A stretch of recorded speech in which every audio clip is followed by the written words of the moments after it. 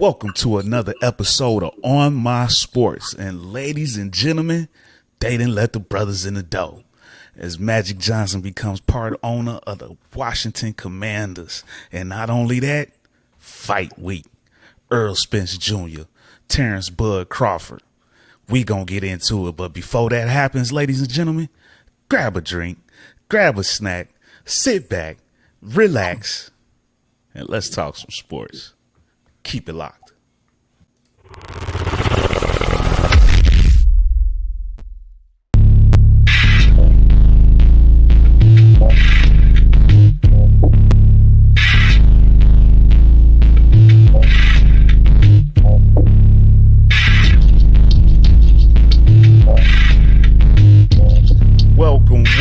Welcome, ladies and gentlemen, to another episode of On My Sports.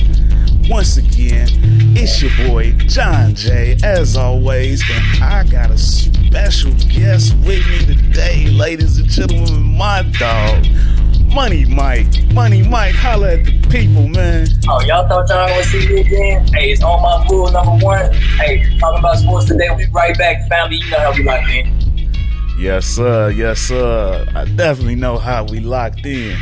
But man, ladies and gentlemen, y'all know what it is. On My Sports, please help us out. Drop us a like, share, subscribe. You know what I'm saying? Help us out with that algorithm. You know what I'm saying? Let this show shoot straight to the top. We that #1 source for those fan, barbershop, chill conversations about the world of sports. Yes, sir. But man, Mike, it went down this week, man. Big money moves. Anybody that watch this show know I like to talk about that bag. And first and foremost, we gonna talk about that bag, Mike. Do it. Man, in case y'all didn't realize, in case y'all didn't see, ladies and gentlemen, the Washington Commanders have been sold. The NFL owners approved the sale of the Commanders for a record $6 billion. If that ain't the bag, I don't know what is, Mike. Man. And the first part about this, I'm tripping that the owners let them do that. Because now that just set a whole new precedent, bro. Because now you can't sell, you got to up the price of them teams. Last team that got sold was $2 billion. So just think about that.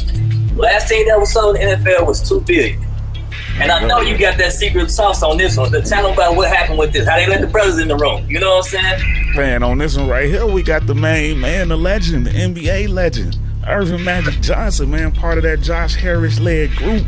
Yes. You know what I'm saying? Like we ain't in all the way on the main scale. You know, he ain't a majority owner. He's a minority, but we in there. You know what I'm saying? They didn't let the brothers in the dough.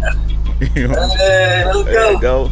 But this a big deal though.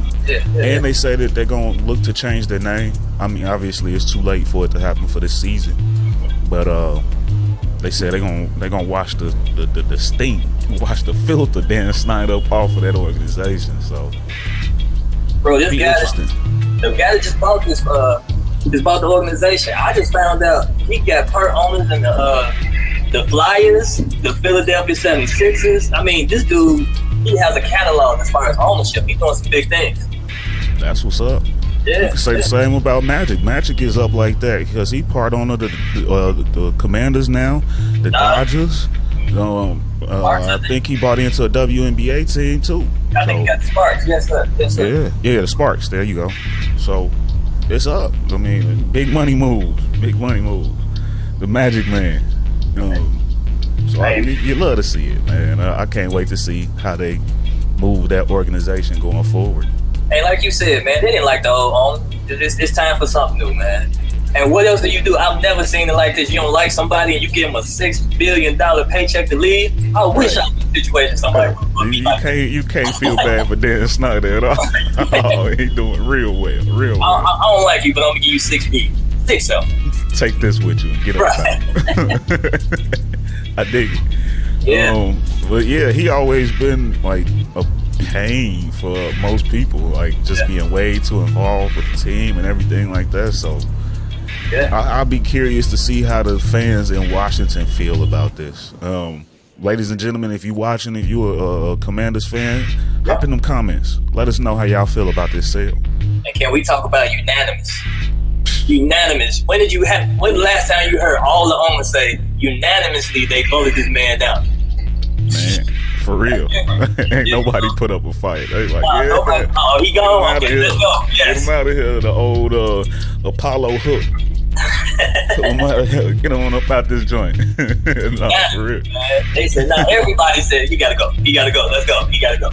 Well, that's a fact. Yes, sir. But man, moving on from that, but still sticking with Dan Snyder. On the way out the door, they hit the man with a $60 million fine. You know, and this is from the investigation that they had for workplace misconduct.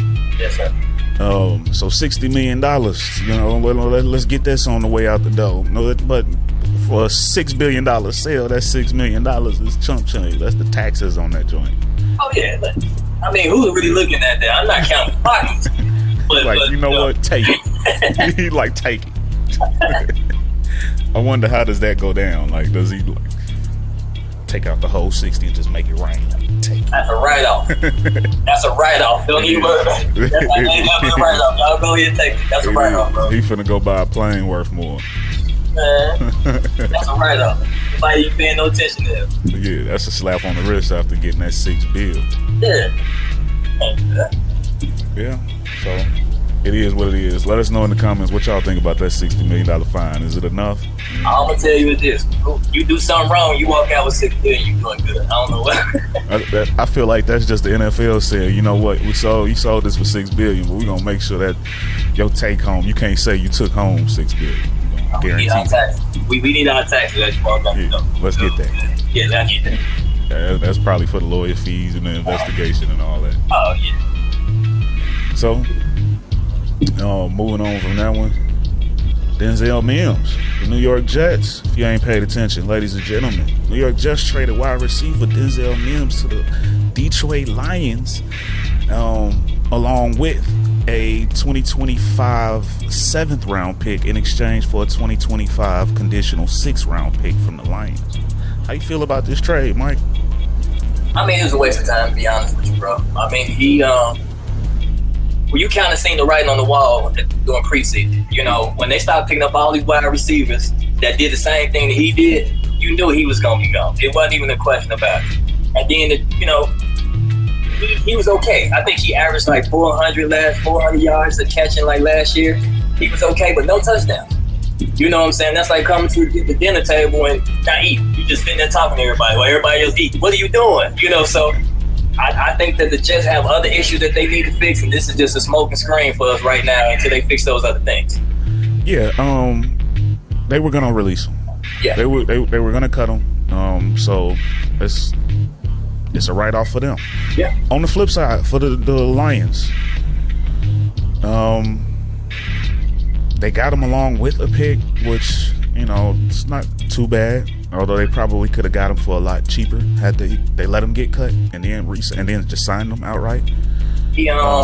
But they probably didn't want to have to compete with anybody else for him. But you got to remember, the Lions, they got Jameson Williams is going to be suspended at the start of the season for the gambling issue. So for them, it's another body that can keep them afloat, hopefully, from their point of view, until he gets in there.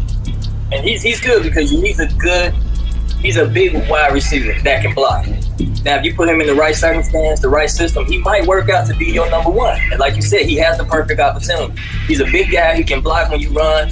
If somebody else catches the ball, he can be right there as far as support. He can do all that. It's just a matter of what's the right system. Is this the best system for him?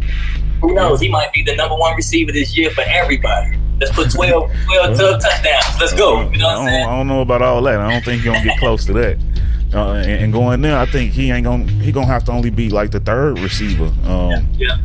I mean, obviously he'll be relied on a little bit more before Williams comes in, but they got Amon-Ra St. Brown over there who take the top off and he take most of that defense attention. So it might be a good spot where Mims can just get in and do something. I mean, that 400-500 yards might it'd be perfect for the Lions, you know. Yeah. Just a little breathing room. That's all they're looking for. A little something until the Williams kid come in now. Yeah. And like you say, if nothing else, he's a big guy that can block for you. So I mean, if you don't get nothing else, that's support. This is a former first round pick. You know what I'm saying? The talent is there. Yeah. Yeah, no doubt. So I mean, it's one of those low tier moves, but it works for both sides. You know, the Jets got up out that cap, got a pick up out of it. That's right. And the Lions got somebody to fill the spot until Williams come back. Like they said, if he would have stayed, he would have been the 5th, 6th option. You only typically have 4 wide receivers out there. So in other words, he's sitting on the bench. You know what I'm saying? Like, that's just what it is. So. Yeah, no doubt.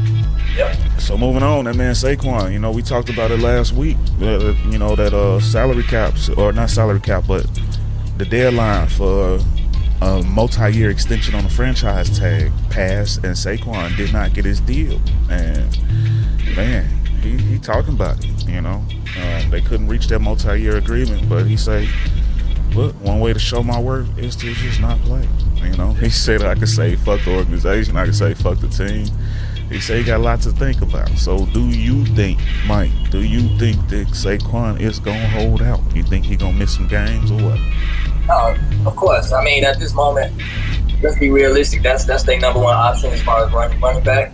So I say, like, hey, they got to figure this out. It's only they just started the training camp. They got to figure it out. And they got to figure it out soon, because at this moment, he betting on himself. Now you say you like me. Let's test this value. Let me test my value and see how much you like me. And let's put it in numbers. Yeah, facts. They did that man a huge disservice, man, by not giving him a contract. Yeah. And I know the franchise tag, 10.2 mil, something like that. You know, it's a nice pretty penny, but that man worth so much more to that team. He was that offense. Yeah. Without him, it don't tick. And I think he should hold out, you know, at least through training camp. He has not signed his franchise tender, so technically he's not gonna get fined if he misses the training camp. But I think when it's time to ball, he's gonna have to come back and play out the tag. If they tag you again next year, it sucks, but get your money. But hold out as much as you can. I hate to see how these running backs is getting done, man. These guys is the workhorses. They touch the ball more than anybody. Yeah. Like this is crazy how they just, you know, chew you up and spit you out. But I mean, at one point he was probably top 5 in the league in running backs. As far as you talking about touching the ball, carries, he still is. Right. You know, so the fact that they not giving him that money, that's different. It's like you said, that's giving me red flags, bro.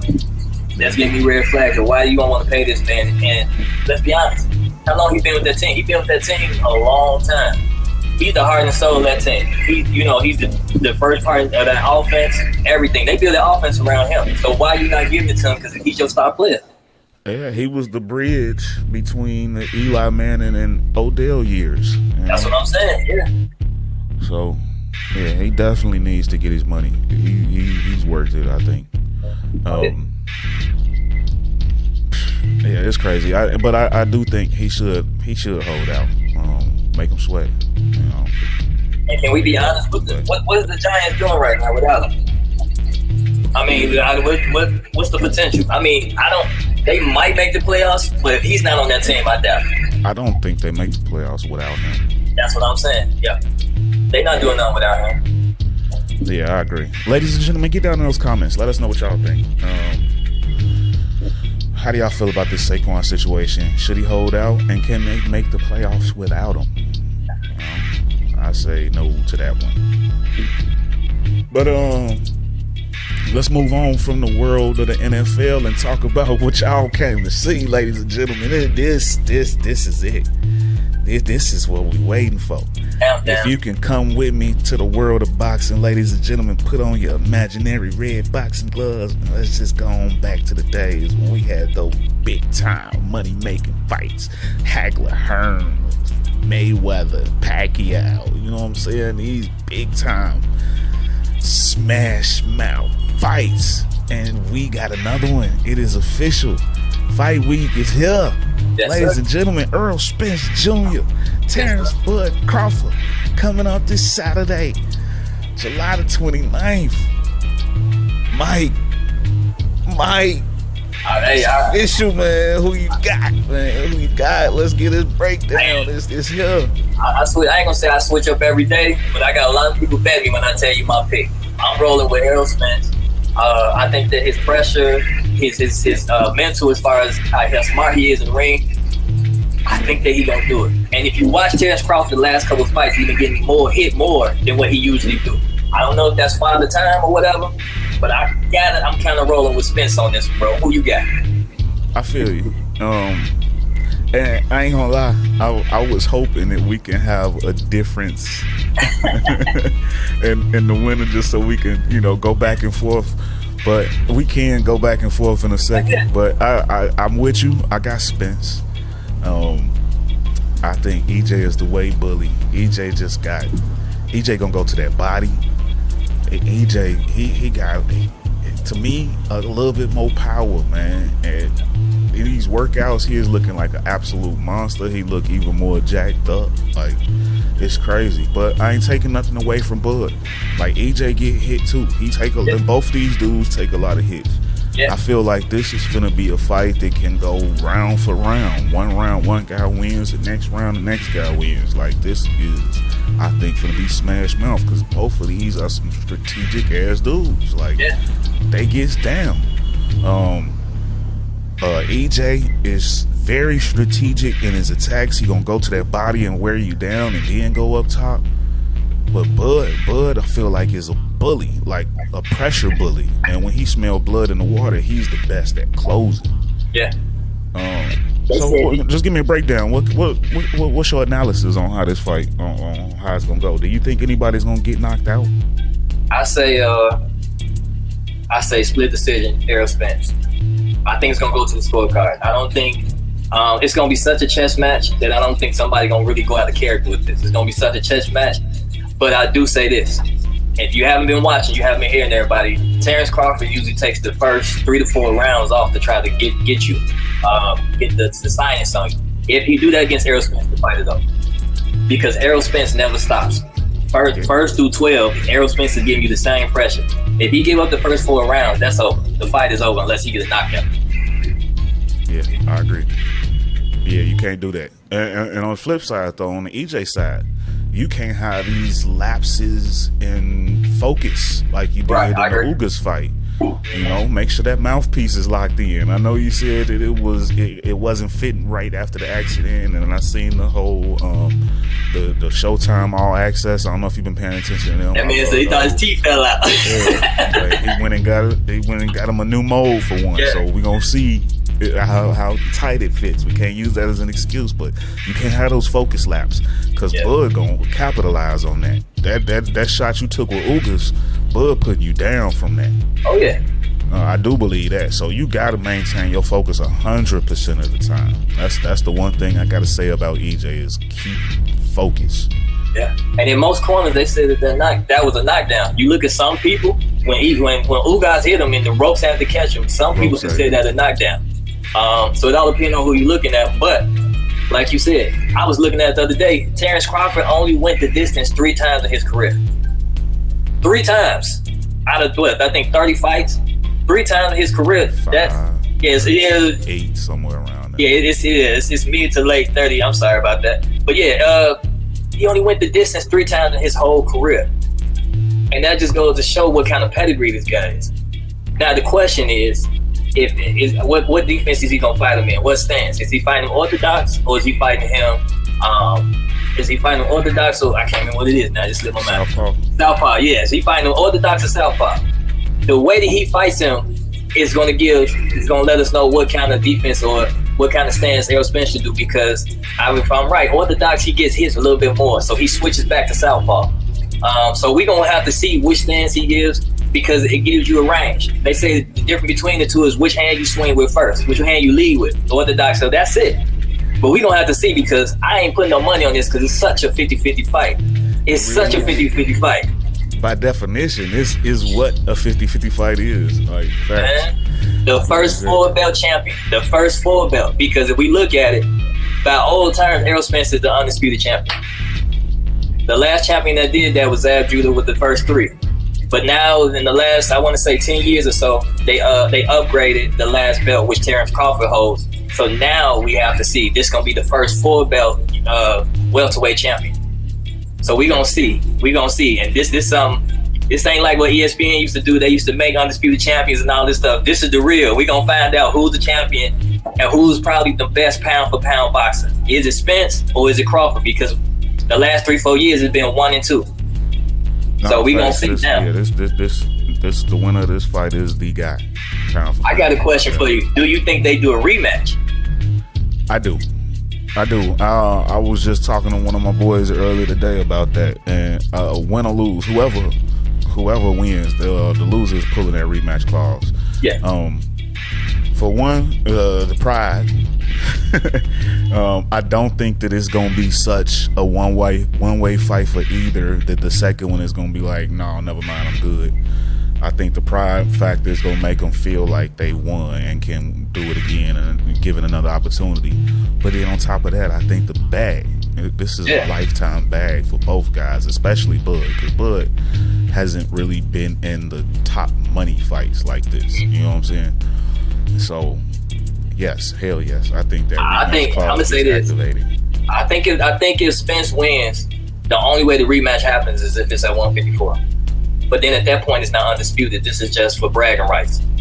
2 dogs getting in the ring. I don't think the second fight is undisputed if Spence wins. Is that in the paperwork? How's the paperwork set up, though? I think the first fight was...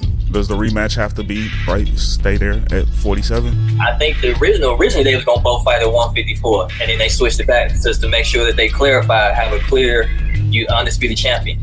But I think the second fight is at 154, if I'm right. But I don't know how that works, because you're not 147. You're not fighting at the weight limit. But yeah, this is the type of fight that you activate that thing. Oh yeah, you got to. If it's at 147, I'll take it. This is a rivalry.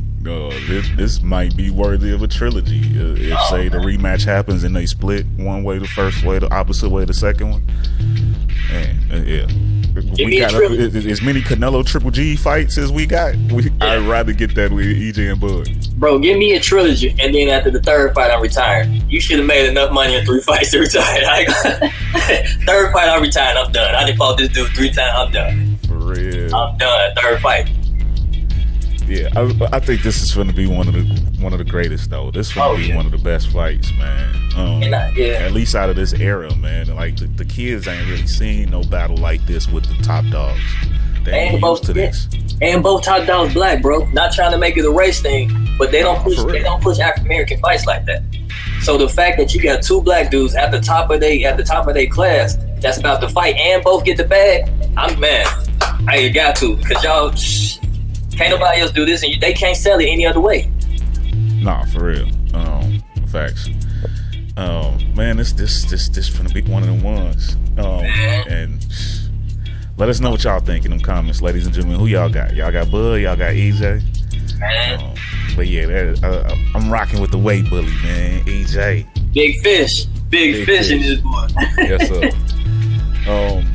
But moving on, while we talking about the big money fights, let's talk about the one that started this whole thing, man. We gotta give credit where credit is due.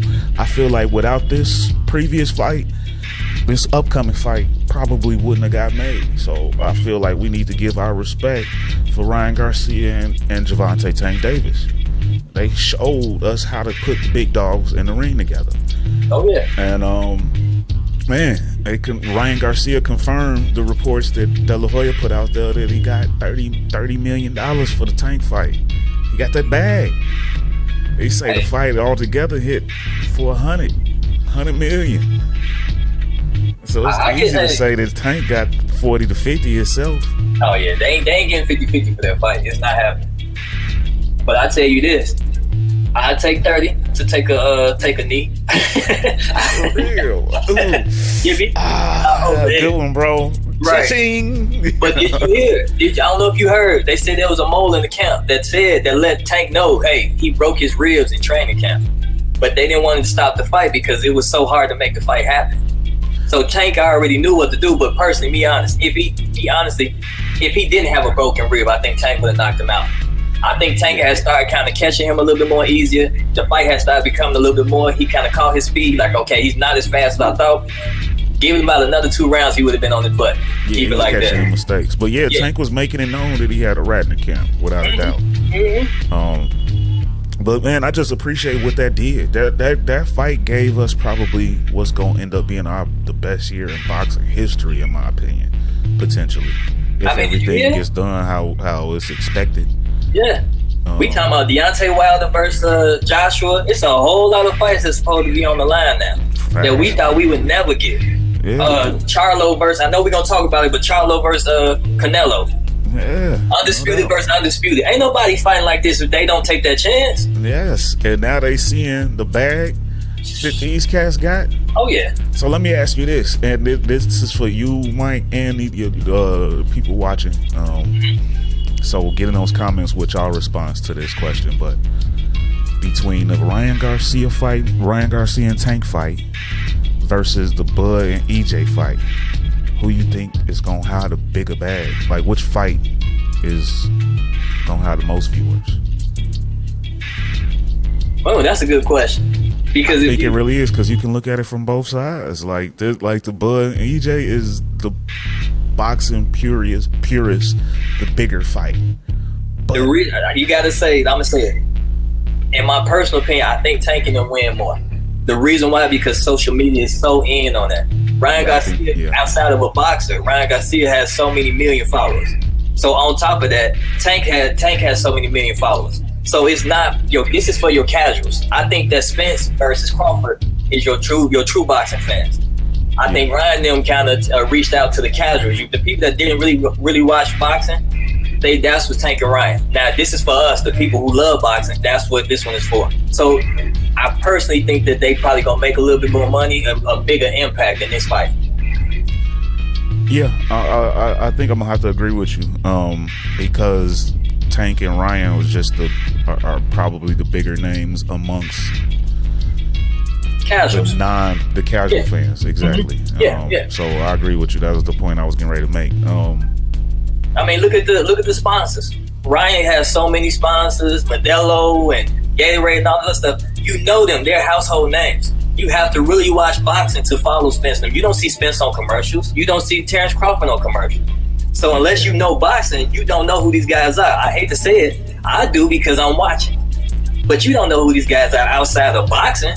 Ryan and Tank are household names. I 100% agree. I think this is going to be, for Bud and EJ, the biggest of their career. I think they do go over 1 million buys, at least hit 1 million buys. But I don't think they messing with Ryan and Tank. What they do here, like 3 million? I forgot. Yeah, I think about 3. I think I reported on it, or no, I didn't report on it. But you can. I mean, Ryan and Tank was almost about to do them Mayweather Pacquiao numbers. They were on point to do them numbers, because it's different. It's a different type of fight. Yeah. Everybody watching, you don't know. All you know is Tank getting knockouts, and Ryan is a pretty boy who can box. That's all you know. You don't know too much else about him. You brought in African Americans and Mexicans. You brought in both sides. And you can say the same thing about Spence, because he's from Texas, and Texas has that population, so you can kind of say that. But like I said, if you're not really into boxing, you're not gonna know who these guys really are. You know, you might watch the fight just to see a good fight, but you don't know who they are. You just listen to what the people say online. Fact. That's it. Yeah, you don't know.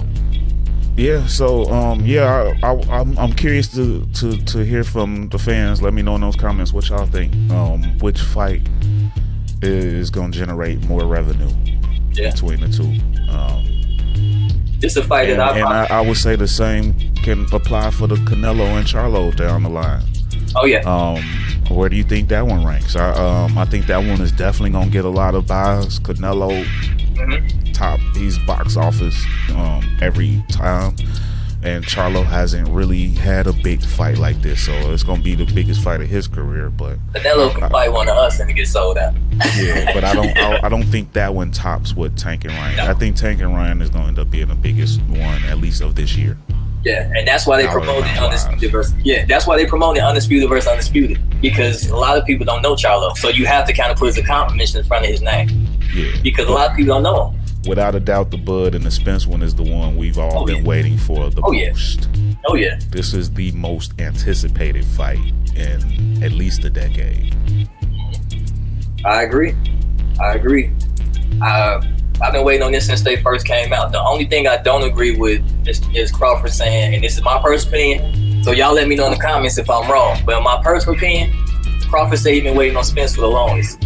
By the facts, that's not 100% true, because if Crawford wanted to, coming as the undisputed champion from 140, Crawford could have made him his mandatory and they could have fought when he first came to 147. But instead he took on the easier fight so he can get that belt quicker, because everybody wanted that guy. Everybody, it's like, wait, he the champion, he beat Pacquiao, let me go, I want him next. Everybody wanted him because they knew that was easy money. But instead he took that fight, and then now it makes it harder for you to get Spence because you're not his mandatory. There we go. If you 140, you can make yourself mandatory for any of the 4 boxing organizations, and they could have had that fight 5-6 years ago. So it's kind of up in the air as far as him chasing Spence. He ain't really been chasing Spence like that, like we say. Been chasing that hard, but on the same at the same time too, I say a lot of that gotta he had to get up out from Top Rank, because I agree. Bob wasn't giving him that. Yeah. He wasn't letting him get in the ring with him. So I can't say how hard he was pushing. Yeah. Although the adage, you're in charge of the promoter. The promoter works for you. So if you really want to make it happen, make it happen. But Bob got them boys locked in the contract. Bob calls the show. Bob messed him up, because we should have seen Crawford versus Pacquiao, but Bob had personal reasons why that fight didn't happen. So we can only imagine. That's why he ended up suing Bob, because Bob was messing with his money. The big fights were there. He just didn't Bob didn't want to make the fights. Absolutely. So. Absolutely. But so man, moving on from that one. Let's go. And I feel like, although so far everything is rumored to happen, it's got us feeling like this is gonna be the biggest boxing year ever. It's one more, and it could just be me feeling greedy. But it's one more. If they make it, man, you talking about finna blow the roof off. Name wise, it ain't as big as Bud and EJ. It ain't gonna make as much money as Ryan and Tank. But man, this will just top off the year. What you got? I'm waiting on it. What you got? And this is, the man Devin Haney, and he just was extended. He got a decision to make. Is he gonna sit there and defend his undisputed titles at 35, or does he move up to 140? And I'm talking about to fight either Shakur at 135 or Regis Prograis at 140. Right. And I'm sure that the people at home want to see him fight Shakur Stevenson the most. If that fight happens, I'm just gonna say right now, I'm doubtful that it's gonna happen. I think Haney is gonna just skip over it and jump to 140 and fight Regis. But if he stood up and take this Shakur fight, it's over. Best year ever. Untouchable. This year probably will never get topped if we get that. That's a fight, man. Yeah. That's a fight. That is the fight that we want to see. We want to see this gauntlet made, and we want to see the winner out of that go against Tank. Is that a true 50-50 fight? Haney versus Shakur? Because personally, I don't think it's a 50-50 fight. I mean, not even saying, I'm talking about just skill for skill. It would have to be 60-40 Shakur Haney. I agree. I can't see them being 50-50. I think that they both are skilled guys. But at the end of the day, if I had to pick one person to run the gauntlet, I'm going with Shakur. I think Shakur can possibly. I think if his skill and stuff like that, Shakur is probably the only person that could beat Tank at that weight limit. That's my personal opinion. Yeah, you jumped the gun, but I agree. I'm with you on I'm that. like, man, That's one. Like, Tank is probably my favorite fighter, but Shakur is probably the only one that could get to. Yeah, he's the only one. He's the only one because I don't think Haney has the power to keep Tank off him. Even when you see that Lomachenko fight, me personally, that was a draw. If you don't give it to Lomachenko, it's a draw. I don't think Haney gets the full. You'd rather make it a draw or Lomachenko because there was some questionable rounds. But I don't think you give Haney the full like they did him. They gave him the scorecard. It's a draw or Lomachenko because that fight was so close. Yeah, you know, facts. But I mean, as far as looking at how Haney boxed, I think Shakur catches him, and I think honestly, I personally think like this. I think Regis beats Haney, and I think Shakur beats Haney. So that's a tough one for me because Regis ain't no walk in the park. He ain't. So Regis ain't no walk in the park, but I'm not sure. I don't know just yet. 100% if I'm picking Regis over Haney. Without a doubt, Regis got the power. And he will probably be picked by most against Haney. But I do think Haney's speed and his defense, just tag and go. His style of fight, he can win in points against Regis. But against Shakur got the speed with him. He got the defense with him. But Shakur throws so many punches, he don't stop. We talk about these guys, they got to keep the pressure on to win these fights. You don't have to talk about that with Shakur. No. Shakur don't turn off the pressure. He keep it going throughout the fight, and he could go the distance. So that's why I got him beating Haney. I think he'll knock out Haney. I don't think he will go the distance. And I think, like I said, Shakur is the only person. I ain't gonna say he knocks out Tank, but I think Shakur is the only person that can withhold Tank's power. And I don't know if this is your next question, but that can hold Tank's power and then maybe possibly beat him on the scorecards. It's hard to see Tank get knocked out. I definitely think he could beat him on the scorecards just because, like I say, he put so much pressure on. He throws so many punches per round. Yeah. Ain't nobody messing with the amount of punches that boy throw. Like he let it fly. And Tank does a lot of what you said about Bud. Tank will sit back and wait and see what you got first and let you throw your energy out. But Shakur is not stopping. He's not draining. His energy is not diminishing like others. The last Tank fight I saw, and I'll say this, that I thought was like, hey, it's a good fight, was Tank versus Issa. Because Issa was right there in his face. I mean, he was really trying to pressure Tank, different things like that. And he had respectable power to the point if you thought, hey, if he catch Tank with a couple of them, maybe in combination, he might stun Tank. But, we didn't get the real Tank because Tank broke his hand in like the 7th round. So we didn't really get to see what Tank can do against him. So that would be another dream fight for me, too, to see them two boys go at it again with no broken hand and see if Tank can lay him down. Just something to throw out there. Yeah, that would be a interesting fight to see again. And Exit Cruz on this, he's on the undercard for this EJ fight, ain't he? I think he might be. Yeah, he is. Before the fight was actually confirmed, he said he was on the scorecard. He was like, yeah. So before the fight was official, he already said he was fighting. They was like, what? Okay.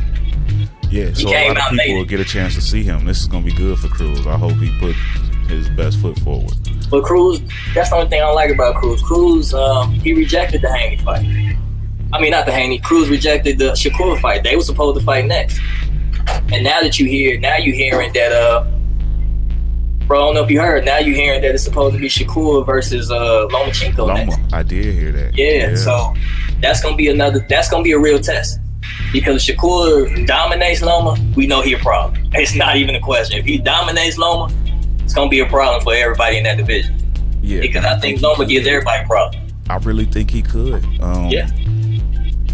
I think two young fighters, I feel that they a problem for everybody they finna go against in their division. It's Shakur Stevenson and Jaron Boots Ennis. Oh yeah. I think they finna duck him at 47. Everybody finna run. They don't want to see Boots. The next 2 to 3 fights, Boots about to be a champion. It's not even a question. Once Spence and them finish this, Boots is already up there. That's why they're doing these interim titles. So once they get through these interim titles and Spence and Crawford get through with their trilogy, as we say, it's over. I think the belts get dropped for Boots, though. I don't think he take it from them. I don't think he get the chance. No, he the interim, so they gonna probably, once they go move up to 154, they just gonna probably make him the regular champion, and they gonna have to fight it out that way. Because you know Stanionis and them fighting, they fighting for I think the IBF right now. So it's a lot of everybody got their ranking. They already got it set up. So once it's over, it's gonna be 4 different champions. Yeah. So ladies and gentlemen, we'll find out coming up Thursday, the 27th, who Devin Haney decides to go up against. I hope it's Shakur. Let us know in the comments who y'all want to see him go up against, and do you think he can beat either one of these guys? I think he takes Regis, but that's a fight that's hard to win. I don't think he's fighting. I think he's gonna choose Regis as well. I think he's gonna end up being forced to drop a belt. Drop that WBC. Moving on from big fight to big fight, man. Canelo. He just dropped a video on social, man. He was focusing on them power shots for Jermell Charlo. That single punch power. You know, it's looking like his goal is to knock out Mr. Lion. What you think? Is he gonna be able to knock out Mr. Lion?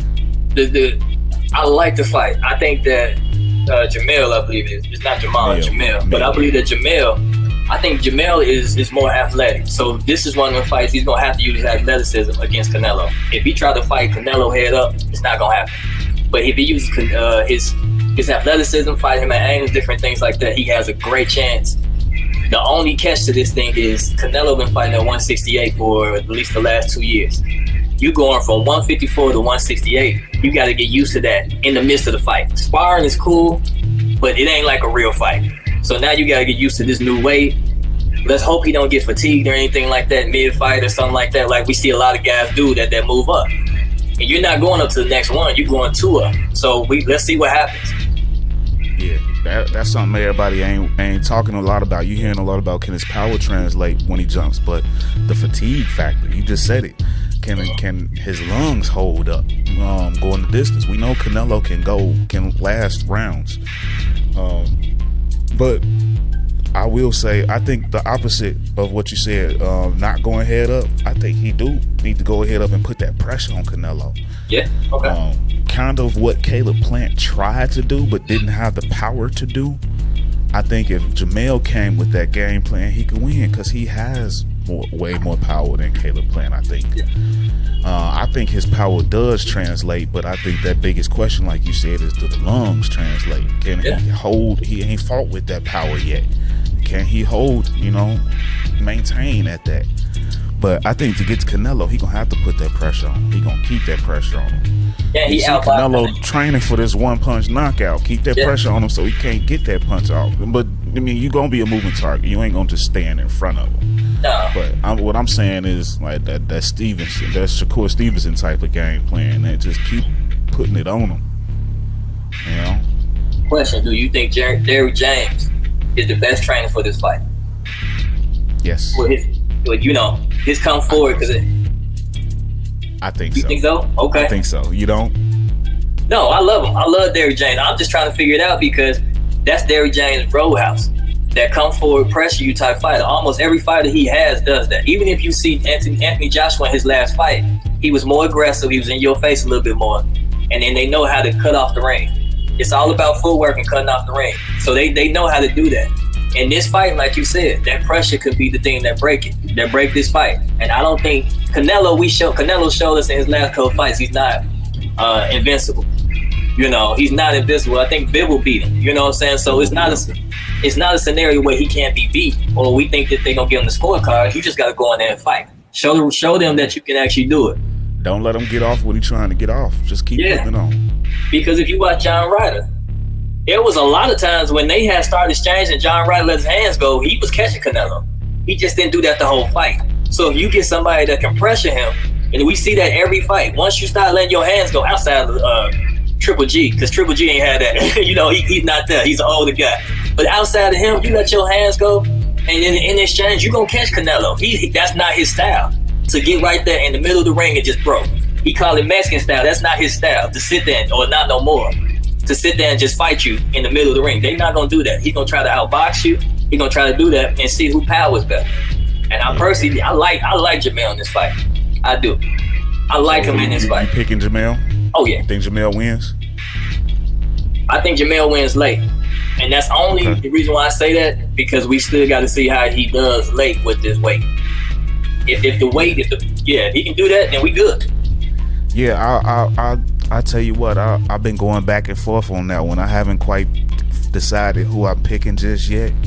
I want to go Charlo, but I want to make sure that just ain't my heart.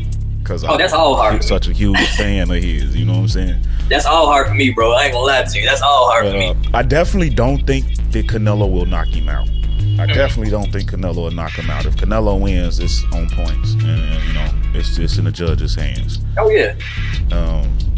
I think if I had to get, if you force me to pick a side right now, or pick a winner, I would have to say Canelo probably a win, just because of his experience at that size, and we don't know if how Charlo is gonna handle the additional weight going that distance. And they say he walk around at 180, but but walking around is a lot different than fighting at it. Yeah. But I want it to be Charlo, and I'm hoping, you know, down as we get closer, start to see some of these media workouts and some of these press conferences and all kinds of stuff like that. Let me see them standing side by side, see how they look next to each other, all that type stuff. I might change my mind. I'm hoping that I change my mind, but I just want to make sure it ain't just my heart. I want to make sure my head and my heart agree on that one. Hey, watch what I say. Charlo ain't gonna come in at 168. He gonna come in like 163, 164. He's not gonna be up there. He's gonna be. They definitely said, and I talked about it last week on this show, that Derek James already saying that's what he want him at. He want him at 63, 64 for it. You know, still be able to move around. I think power so. Still, you know.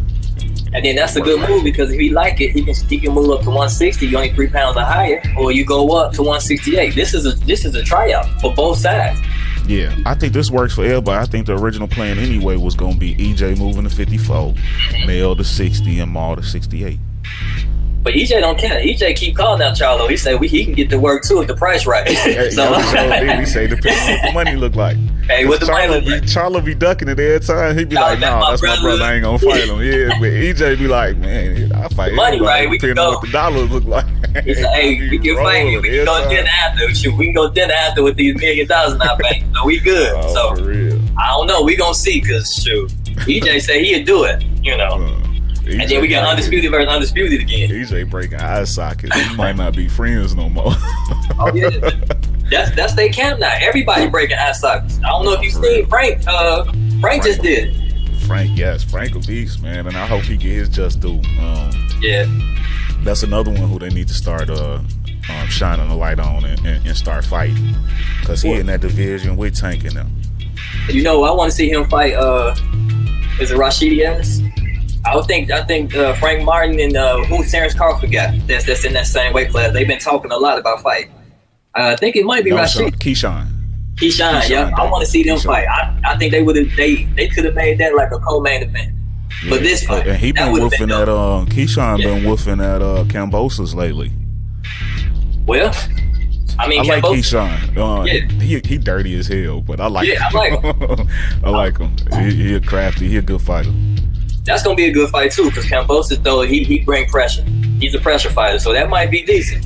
He gets caught a lot, but that's pressure. If we could have got Martin and Davis on the undercard of Bud and Spence, they missed the opportunity on that one. Well, they also talked about it. They said that Davis don't have a lot of fights, so it's like a lose-lose type situation. If you beat him, you're supposed to beat him, and then if you beat him because he ain't have enough experience, so the fight numbers are different. I was just going to say they probably want him to run up some fights. Yeah. But what y'all think, ladies and gentlemen? Does Canelo get the knockout? And who wins this fight? Right. Are you going with your head or your heart? That's the question. Right, that's the question. Cause Speaking of going with the head or their heart, I don't know if you familiar with the zones 𝑍 and Barack. Oh yeah. But they say Anthony Joshua And and Deontay Wilder is the biggest fight in the heavyweight division. Now, is that they head or is that they heart? Because it's a DAZN fighter. Now I think that is definitely the Ryan and Tank effect. That's probably the biggest casual fight can be made. But the real fight that we want to see is Fury Usyk. Let's be real. Boxing fans want to see that Fury Usyk. Let's go undisputed in this division. Put them up. Nobody disappointed when they announced the Ngannou fight. I'm gonna watch it, but I wanted it to be Usyk. Or this Joshua. Who is Joshua? Joshua's fighting too. Oh man, this slipped my mind. Who is Joshua about to fight? Dillian White. He fighting Dillian White in a rematch. Yeah. Right. So they about to do two. And then my personal thing, I like Wilder, and you gotta watch Wilder because he got this one-hit power. But when we talk about the heavyweights, I'm gonna be perfectly honest with you. This ain't my heart speaking. This is my mind. I'm gonna tell you, I don't see nobody beating Tyson. I don't see nobody beating Tyson unless they do something different with Anthony Joshua and with Derrick James. I don't see too many because Usyk is just too small. And when Tyson put that body on him, Usyk is just too small. Yeah, it's gonna be so hard because the dude is a freaking giant, man. Yeah, he's big. He's 6'8". He come in the ring like Deontay Wilder look small. I ain't never seen a big man fall like that. You almost 7 feet tall falling, and you halfway the ring. You half of the ring falling. Like the boxing version of the Big Show. Yeah, and it don't matter. Right, that's what I'm saying. And then it don't matter. If Deontay Wilder run the gauntlet, they not gonna fight Fury again. We seen that fight 3 times. So my mind and heart is going to let somebody else win. So in that case, I would rather AJ win just so I can see it. I like Wilder. You want to see the AJ and Fury happen down the line, most definitely. But I'm very much so anticipating this Wilder and AJ. Like, I've been pushing for it for the longest. I don't care that they took L's. I've been pushing it for it since they was undefeated, both of them. And I know I'm not the only one. It's been a big issue, big deal since for quite some time. But I've been saying for the longest that I think Wilder wins that fight. Okay. But I will say, let me see how AJ looks against Dillian White. I know we've seen him fight once before under Derrick James, but he's been training under him officially and longer now. So let me see how he looks against Dillian White. That could change my opinion on whether or not he wins or loses that Wilder fight. But I still got Wilder winning it for now. But I got so much love for Derrick James, he could change my opinion on that. So I got to see how he look against Dillian White. And if you look at Wilder, this is the crazy thing. I've never seen a fighter lose 90% of his rounds that he fight anybody. He loses almost 90% of his rounds that go past the first round. He's losing 90% of the fights and he still wins. Look at that. I've never. Every time he fights, he's losing most of the rounds, and then he get hit. You get hit with that one shot, and it's over. Yeah. And when you get to feeling overconfident, you get caught with it. That's what they say. Like, you got to be perfect against him. He just got to catch you one time. And let's talk about it. Joshua don't have the strongest chin. No, he doesn't. So you got. Yeah, he's a better boxer. And that's why I picked Wilder in it. But I got to see what working with James does. Does the defense improve? Are you more aggressive? Because one of my biggest knocks on Anthony Joshua, because you should be the best. You got all of the skills. You got the size, the power, the everything. But he ain't seem to have the heart. He's too soft. Yeah, he did have a moment of confidence. He did. So that's everything for me. Like you say, he ain't got the strongest chin. No, I mean, we saw that with Andrew Ruiz. We saw that with a lot of people. I hate this. Usyk didn't really rock him, but that goes to show you. But Usyk hurt him a lot. I think he broke his overbone against Usyk. So we'll see. Yeah, I'm with you. So yeah, ladies and gentlemen, y'all know what to do. Get in them comments. Yes, that's the biggest fight in the division: AJ versus Wilder. And who y'all think can win that fight? If and when it's supposedly rumored to happen, Saudi Arabia by the end of the year. That fight right there is part of the reason why I'm so hyped about this boxing, man. Yeah, I just want to see it as a fan. I don't even care about belts or anything like that. They can just fight. I'm good. Yeah, we got to get it. they've been chomping at the bit for so long. It's a grudge match. We gotta get an answer. It's time to get an answer as to who gonna get who. Is there more hatred between them two than Fury Wilder? Or you think that they had respect? Because it's been going on for so long where they've been talking about each other. Yeah. I don't know if it's hatred. I think that's a bit strong. Okay. I don't know if I wouldn't overall say that it's a lot of respect. I think there is some dislike in there, but hatred seems a bit strong. It's hard to hate Anthony Joshua because he ain't really talking a whole lot of trash. Like, he's so damn nice. Like, you're right. That's why I say it's the heart, man. Get nasty. That's my thing with him, man. Get freaking nasty. You'll be probably the best. But that's what they said about Terence. Terence Crawford didn't talk a lot, so they said they couldn't really promote him like that because he don't get with the fans. He's not rah. He's not saying nasty. That. Oh yeah, he's nasty though. Yeah. He is what a dog is. He got it in him. Speaking of nasty, these two dudes got that nasty in them. I don't know if you remember back when Iron Mike had that Triller fight against Roy Jones. Mm-hmm. They was talking about the rumor that he was gonna come back and fight Tyson Fury. Tyson Fury hopped on a Zoom call during an interview and talked about it.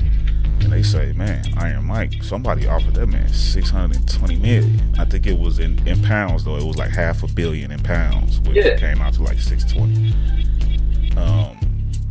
But then Fury said that whoever offered him that was offering him peanuts. He ain't get nowhere close to that. He said he did have an offer from ESPN for like $10 million. He's like, yeah, we're past that now. But man, what you think? What, how do you think that fight would have went down with the two Tyson, Mike Tyson versus Tyson Fury? I personally think that Mike Tyson, seeing how he still got that power, even at his age right now. If he catch you, it's over.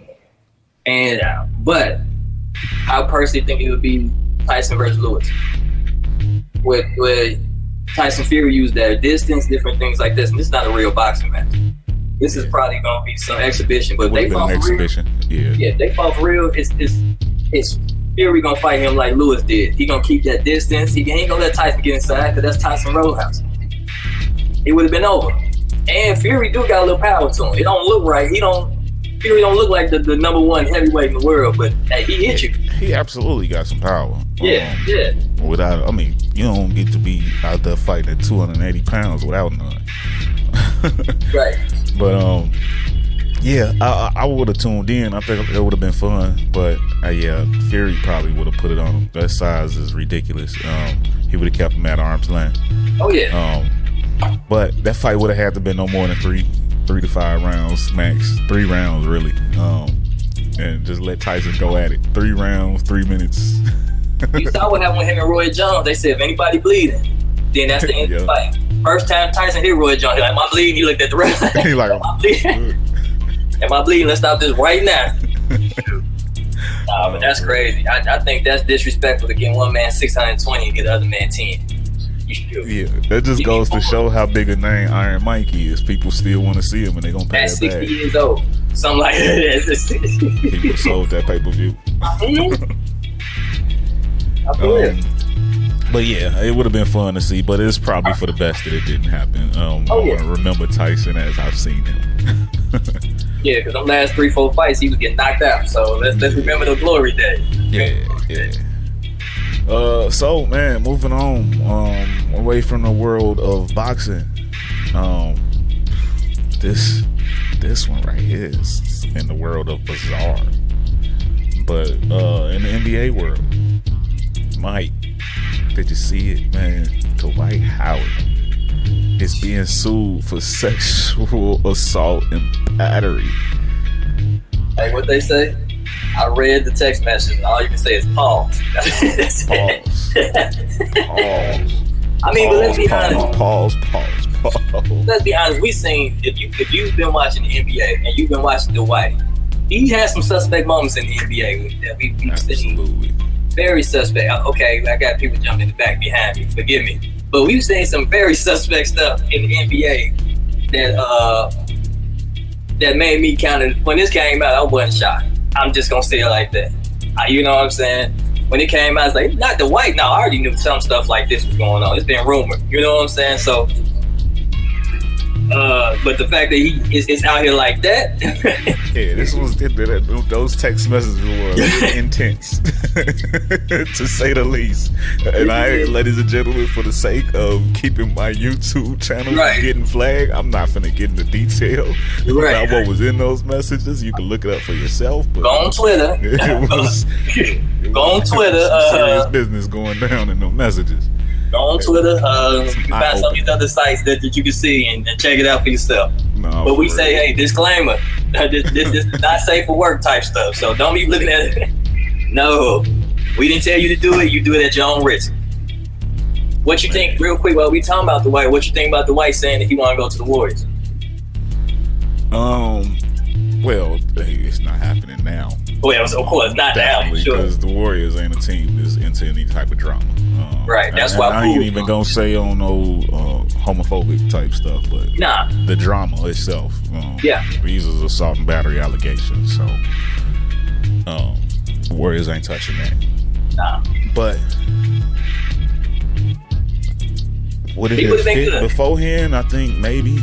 I think they could use some more size. Back it up, Looney. It could have been a nice fit, but I don't see it happening. I don't see it in the realm of possibility. Nah, it's done. Him and Draymond is not gonna work out. I can only imagine. He punched another teammate. But why did he punch another teammate? You talking about the white? Why did he punch him? This ain't because y'all got into it. We might have some other. Tried to run up on me, man. It's another assault and battery move, but everybody go shack me, man. Man. Pause. We ain't finna do this, man. Right, we ain't doing that on here, right? But man, it was tripped out, man. I definitely didn't see it coming. An announcement like that, at least those messages. Right. Like you said, it was always been some questionable behavior with the man, but those were intense. Wasn't expecting to see something like that. No, sir. And now, got me wondering, is this the reason why he got bounced around the league for so long? Is this the reason why he couldn't work things out with Kobe? Is this the reason why, Nah, we can't. Now, Kobe. So, Kobe on a whole different wavelength. You ain't shoot. Kobe go to practice 12 hours out of the day. You go for your the regular team practice. Kobe ain't having that. He's not passing you the ball unless you go to practice as much as he do. Man, or more. Was coming from Atlanta, is that what he got turned out? Or was it going to LA? We know Atlanta. Nope, take that out. We gotta edit that. I ain't gonna say that. we gotta edit that. You know I'm not right, cause right. No, we out here. I'm just saying like this. Certain cities have certain reputations. That's all we gonna say. We ain't gonna say nothing else. Facts. Certain cities got certain reputations. Facts. Hey, we got nothing but love for the A in LA. Yeah. But that's just a legit question. That's what my mind went to. Cool. Ladies and gentlemen, hop in those comments. What y'all think about that situation? Is it over with for Dwight?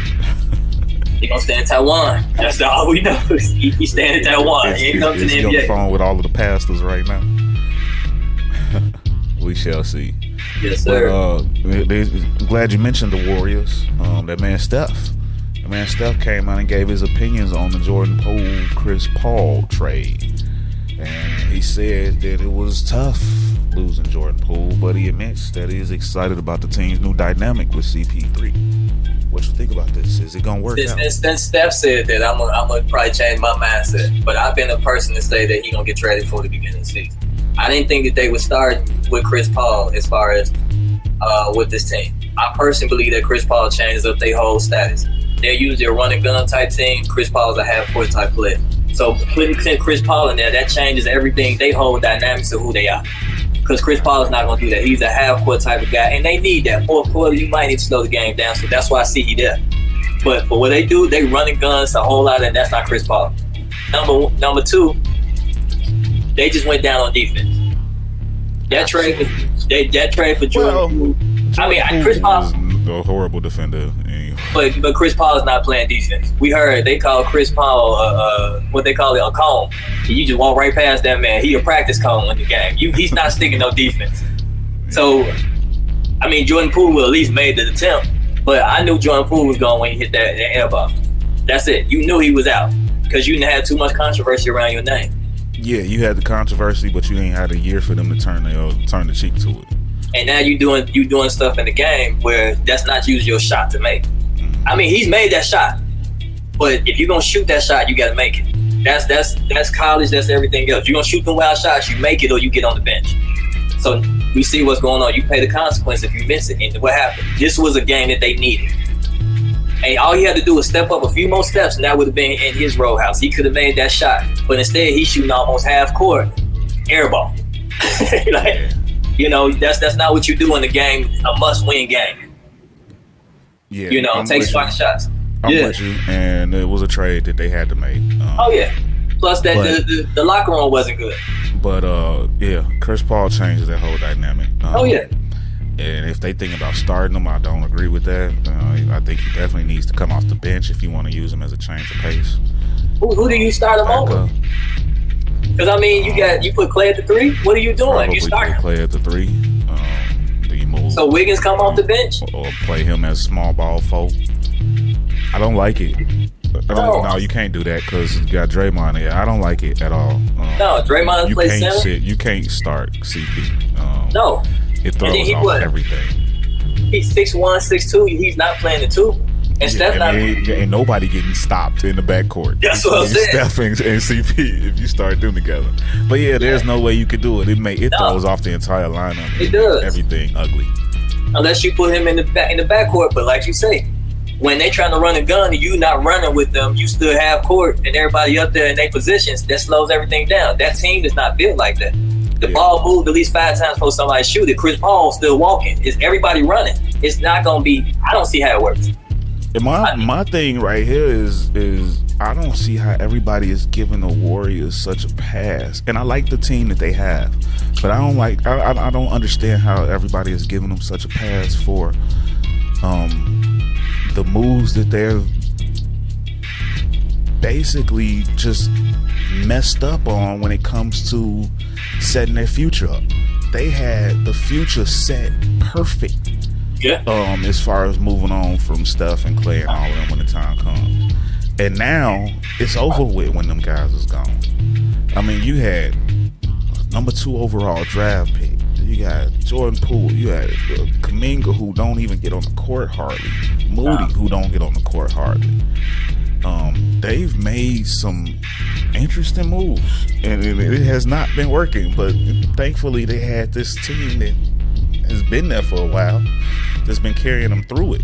But fumbling the bag, man, they've fumbled the future. The Golden State Warriors are like this. They live and die by the 3, and that's just what it is. But the problem is you got to have guys get rebounds, and they are not big up top. You got Draymond that's 6'8" maybe, and then you got guys that's up there that's big, but they not big like they gonna body you. Yeah, I keep saying it. I didn't like the Wiseman trade. Big men take longer to develop historically. I thought that unless that there was some serious issues in the locker room, I thought they should have gave him more time. You're not even playing Kuminga and Moody. Come on. And this guy missed his first season through the injury, so it's going to take him a little longer. So that one I didn't get. But I don't like how they've jeopardized their future. Me personally. Y'all can let me know in the comments, am I crazy for that thinking? That's why I thought the Dwight move would have been perfect before the situation. He was a big man that would go get rebounds, that might do a little something in the paint. That's why I thought it would have worked. But before this, because Dwight is what they need. He's a big man that's gonna play that role. He's not scared of the position. You got big guys that's down there that I don't know if they know what they're supposed to be doing. They don't know their role. And that's why they messing up. You got all these big guys that 6 feet, something like 6 feet, 7 feet tall, but they not playing big. They rather be point guards and stuff like that. They don't want to be down there in that paint. And we see that. They went up against AD. AD was killing them boys. And that's where they lost that series at. They didn't lose that series with the guards, the forwards. They lost that series with the big men in the paint. Draymond can't stick AD. AD got the height over him, everything. AD's 7 feet tall. It's if he jumps before you, put in work. Yeah. Draymond can't do that. Draymond is a facilitator. He's a 6'8" point guard. That's what he is. He's not a power forward. You know? Yeah, I agree with you 100%. And I'm glad you brought up AD because while we on him, he is eligible for an extension coming up in August. Thought is that they're gonna give it to him, but they're gonna be able to work something out. But there's also been some rumors out there, some possible trade rumors. What you think happens, Mike? You think they work out a deal, leaving, or do you think they should work out a deal? I say LeBron leaving. You've been there 6 seasons. LeBron is about to go. Maybe you go get that bag somewhere else. I hate to say it like that. You already got your ring. So instead of getting that extension and you about to be on the team, once LeBron leaves, we see what typical teams do when LeBron leaves. He's a GM, so he builds a team for him, and that team doesn't work without him. So if he's getting ready to go, and you know that, we all know that, LeBron maybe 2 years, go get the bag. Don't take the extension. See what's out there on the market where you can pair up or find a better system for you where you can be the number one option and do it. That's what I say. Don't go with the bag because in 2 years or so, that team ain't gonna look the same. And they got some great talent. I'm not saying there's some great young talent, but is AD ready to be the number one option? And that's the number one question, because with injuries and everything else, is he ready to be the number one option when LeBron leaves? If he is, then he's great. He's in a great position, everything. But if he's not, then go get your bag somewhere else and just go collect money like Melo. Yeah, I definitely agree with that. He's with the injuries, he's not in a position to be the top dog, be the leader. No. But I think it depends on what's out there.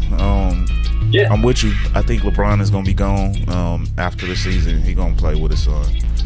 And they already saying Orlando. They saying right now Orlando is the team that's going to grab him. They saying it's already Orlando or Atlanta. I think that's going to be. We'll see the type of year he has. Yeah. It's too early to tell who's going to pick. Yeah. We can't see where everybody and where the NBA teams are going to be picking at. So we'll see. They can have them circle, but ain't no guarantees yet. Yeah. But I don't know. I just think that if you AD, like you said, see what's out there. Yeah. Don't jump to an extension. Give it to the final hour. If you want to activate that player option and stick around that following year, the 24-25 season, go ahead and do that. But otherwise, I'm not signing another extension right now. All AD need to do is have one good year. No injuries, one good year. And then we talking about a whole different at least a good 60 game season. Yeah. Because now looking at it, at one point AD was top 5 in the league.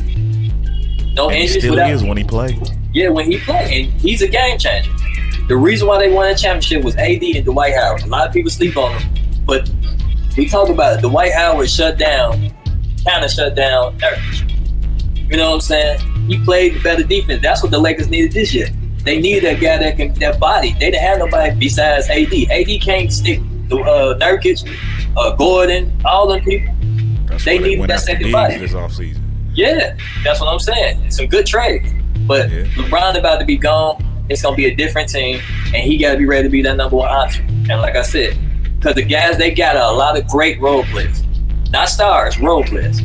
Yeah. That you can improve and say, hey, you can possibly be a possible number 2, but who your number 1? And I don't think AD ready for that mentally. I don't think he's up there. Before the injuries, when he was in New Orleans, he was the man. That was his team. But we talking about a different AD. An older AD with more injuries, more mileage on him. Shoot, go somewhere where you can play that power forward because you don't want to play the center. Go somewhere where you can play the 4, and that's all you got to do. Get a couple rebounds, score, and you got another big man, let's say like Embiid or something like that, you standing next to. It's out there. It's options. If you Chicago, do you take AD? If you want to go back home? Of course. Play next but to the question is, maybe if you're the Lakers, here's something. If you're the Lakers and you smell it in the water, you do offer for what you could have had and offer AD for DeMar DeRozan type of deal. I'll do it. If I'm the Bulls, I'd do it in a heartbeat. If we keep LaVine, I would do it. Yeah, and if we keep Patrick LaVine. Williams to the 3, which I like him better than. Yeah. I like him better at the 3 than at the 4. But that's what I'm saying. With the Lakers, even though he don't want to, he's being forced to play the 5, and he don't even want to do that. But who else do you have at the 5? You playing small ball because LeBron playing the 4, 3 or 4, and we see what LeBron is doing. He's putting up numbers. But if you put him against a real 4, LeBron is good. I'm not saying that. But it's going to be some moments where they're going to lack because LeBron, as much as he is, he can't do everything. Yeah. I like that Jackson Hayes pickup, though. I think he'll be able to help AD. Yeah. But is he playing the 5? Hayes? Yeah. Or he's 4. Yeah, Hayes, he is a 5, I think. Well, then that's what AD needs. He needs to be, AD wants to, he's at the end of his career. Not saying, I know he's still young, but he's not as young. So set up your situation where you can kind of ride out to the sunset with a decent team. Go find you a big man, take a pay cut. Like I said, go over there go with Philly. You playing right by Embiid. However, I heard there's some issues over there. So yeah, Embiid might not be long for that. We're gonna get into that in a little bit. But before we do, 𝒮𝑏 boy, his friend was arrested for that assault with a teenager at Moran's house about a year ago. Devontae Pack. What you think about this whole situation with him? John Moran needs to have his whole life switched up. I think at this point, if I'm the Grizzlies, do you even take a chance on trading him? Right now, I wouldn't yet. Yeah, but I'm just saying, so much going on around his name that's bad publicity. But they say publicity is publicity. I agree. I think what they did this offseason is a big step towards helping them, bringing in Marcus Smart and Derrick Rose. I think those are two guys that can help him grow up. Derrick Rose, somebody that's had success and has come from the streets. Marcus Smart, somebody that knows how to be a professional, that's got that dog mentality and win a lot of games. I think that could do a lot of good for him. Or somebody that can replace him. Yeah, maybe. I hate to say it, but you got 2 guys that can actually be starting point guards. Derrick Rose now. But I think they'll be scared for that to happen, though. The city gonna go up if that happens. But I'm just saying that's a possibility. If he act up crazy, you already got your backup. Yeah. If you keep acting up, yeah. Because he's playing like he's not in the league, and like they haven't told. He's playing like he's not $1 million man. Yeah, hopefully he got his mindset in order now, because they ain't gonna give him too many opportunities. Nah. But before we get out of here, one more, and you kind of just alluded to it a little bit with Joel Embiid. His latest comments, man, got the whole sports world buzzing. He recently said that he wants to win a championship. He fed up, either with Philadelphia or anywhere else. And it was that anywhere else part that got people like, oh, wait a minute. Did he say anywhere else? Is he open to something? Man, is he long for the city of Philadelphia? What you think, Mike? Since you said that, let's pivot on this one. Instead of getting Lillard, what if the Heat got Joel? Instead of Lillard, because you already got your team. I know Bam is there. But I'm saying you get somebody, Bam is okay, he's being consistent. But I can see Joel over there. Joel's a real big man. What happened when they played it against, you put Bam up in that Bam, 6'8", 6'9"? He was going up against Nurkic. 6'9". Yeah, he was going up against Nurkic, that's 7'2". You need a real big man in them situations that's going to get you the ball, get the rebound, take it back up. I think Bam is playing out of position. If you put Bam at the 4, he probably one of the best 4s in the league. That's what I'm saying. So you make that trade instead of going out to Lillard, because they about to lose Harden and Joel. Harden, if I remember right, Harden didn't even take his extension. And Harden trying to do something else. So. No, he just opted in. Yeah, he opted in. He wanted to get the trade. But by opting in, it gave Philly the leverage to hold him as long as they want. But that's what I'm saying. He wanted to go to Houston, but he don't like how the situation over there, so he kind of playing that same thing. He want the Clippers now. Right now, that's where he want to go. But who do you trade for? And that's the same scenario where we saying. Honestly, if I'm Philly, I'm gonna see it out, and I think they probably just asking too much. But Clippers got some pieces that I'd take. Would you go George for Harden with some draft picks? Well, they not offering him. Okay. But give me a Norman Powell, maybe throw in a Bones Highland. What's his name? Batum. Oh yeah, they got some. Yeah. They got some pieces that collectively could push Philly a little higher. You know what I'm saying? Because Norman Powell can give you the scoring that Harden has been. He's not what Harden used to be, but he's as good a scorer as this version of Harden. I personally think once they got rid of Doc, they fixed some of the issue. Because under Doc, they couldn't keep superstars. I mean, Jimmy Butler alone wanted to play there, but it was just something that Jimmy Powell Butler played for Nick Nurse, didn't he, with the Raptors? So there's that familiarity there. So, I mean, you can always put... It might be time to rebuild. It might be just time to rebuild with Philly. Get rid of your stars and get some good young players like the Lakers just did. Get some good role players that can win you a couple games. Maybe put you in the play-in. Keep Maxey. That's their future. But like I say, if they could make a trade with the Clippers, I think it's still something there for them to compete. Yeah, I think they can get enough back from the Clippers to be better than they were. But would you trade? You gonna make that trade without Leonard or George? They might give up George. If I'm going one of them two, I need one of them. Especially if I'm giving. I think they won't. They're keeping George. They're not giving him up for Harden. Would I do it if I'm Philly? Yeah. Yeah. Absolutely, yeah. Because I don't think that's what they changed. offer. No, I think they're trying to add in a big three over there with the Clippers. But I'll take all your pieces though. Yeah. The role players and Maxey and Embiid can be that big time duo, but I'll have so much more depth. But that's why Lillard hasn't been traded. They said that Philadelphia is holding it up because they don't want to let go of Maxey. It's within a three-team deal. They don't want to let go of Maxey, and that's the thing that's holding up the team. I think it's gonna happen though. It's gonna be somebody gonna jump in there. Yeah, and I think he's going to Miami. I think that they already got that set. I think Miami. Last I heard was Miami is offered they got up to 3 first-round picks. I think they're saying that Portland is wanting an additional. They're trying to get to 4. Once they get that 4th-round pick, they'll pull it. So I think we're getting close. Getting close. He'd be over there by the beginning of the season. I'd be shocked. I would be surprised if he started the season. It doesn't happen. That's not how Miami operates. They want everybody in training camp, so they're gonna do whatever they can to get everybody ready. So I don't know, but I don't think Embiid, come his contract, I don't think Embiid's gonna be there, and that's gonna be the decision he gotta make. Is it gonna be for the money or for the rings? He's saying he wants the rings, and I don't think he wins in Philly, and I think he knows that too because he don't have a running mate that wants to stay. He had Ben Simmons, he had Jimmy Butler, he had Harden. He doesn't have a running mate that wants to stay. Yeah. So with that being said, he gotta go and find his running mate. Instead of them come to him, let me go to you. That's the only way. Because ain't nobody staying in Philly. Ain't nobody staying over there, going over there. And then they got chaos in their front office. So we already know they just fired their head coach. Now you in a whole other system. You hope that your players even listen to your new coach. Yeah, that's facts. Yeah. So yeah, it's gonna be interesting to see how things play out there. The Knicks, they've been trying to put something together too. They're gonna make a play for Joel. Shout out to all my Knicks fans, especially C's. We got to show salute. Shout out to all my Knicks fans out there. Yeah, C's gonna call me and give me the business if I don't talk Knicks. So there you go. I mentioned the Knicks with Embiid. There goes some Knicks love for you. Let's do it. I mean, Julius Randle was not the person over there, so I mean, maybe you give up Julius Randle.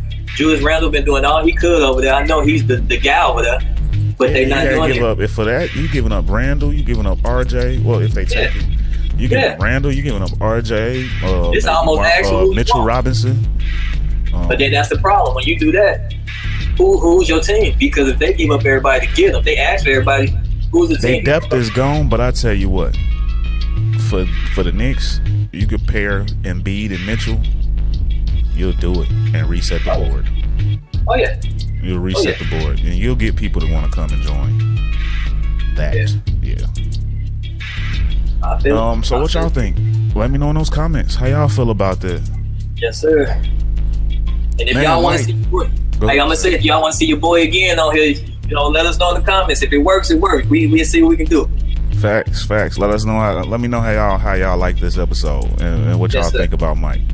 But Money Mike, man, it's been a pleasure, man. I appreciate it. I enjoy doing this with you. Ladies and gentlemen, if y'all don't even know, this is one of my oldest and best friends in the world, man. Like, warm to the What tomb they type of say? friendship, man. Like, that's my boy, and I appreciate. It went from all my bull to all my sports. So we here. You know what I'm saying? We here. We operate. Anytime John need me, I'm here. For real, I appreciate that, cuz. Ladies and gentlemen, if y'all like this, man, please help us out with that algorithm, man. Drop us a like. Yes, share, subscribe, man. And hop in them comments, man. Join in this conversation. I'll show you some love on the episode. Yeah. Absolutely.